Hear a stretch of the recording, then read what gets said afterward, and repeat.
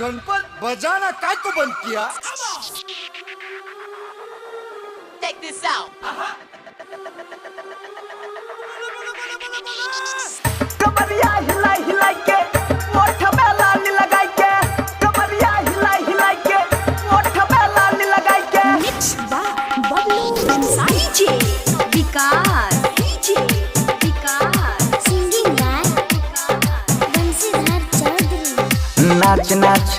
गे छौड़ी नाच नाच नाच नाच समी यहाँ ना खचा खच भरल छौ सब तोरे देखैले यारल छौ छौड़ी पहाजा में धके रगरतौगे तोरा रात भर नाचै के परतौगे कमरिया हिलाई हिलाई के ओठ में लाली लगाई के कमरिया हिलाई हिलाई के ओठ में लाली लगाई के छौड़ी नाचै के परतौगे छौड़ी नाचै के परतौगे कमरिया हिलाई हिलाई के ओठ में लाली लगाई के कमरिया हिलाई हिलाई के ओठ में लाली लगाई के DJ Vikas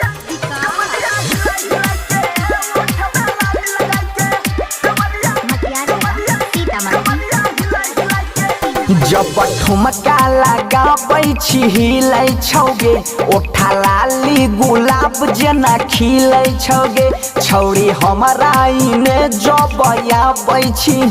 गे करे जा पर बिजली गिराबै छी लागै छी मसाला छौरा करै छौ हल्ला लागै छी मसाला छौरा करै छौ हल्ला हे गे हमरा नै छौड़ी पगलाबे कमरिया हिलाई हिलाई के ओठ में लाली लगाई के कमरिया हिलाई हिलाई के ओठ में लाली लगाई के DJ Vikas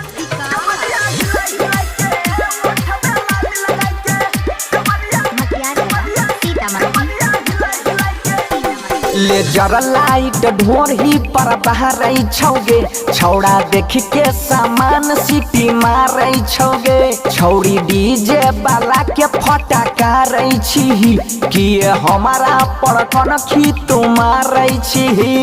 कहै छौ या जइया गे भरत भयंकर कहै छौ या जइया गे छौरा सुधीरवा बंसीधर के गाना पर नाचे कमरिया हिलाई हिलाई के ओठ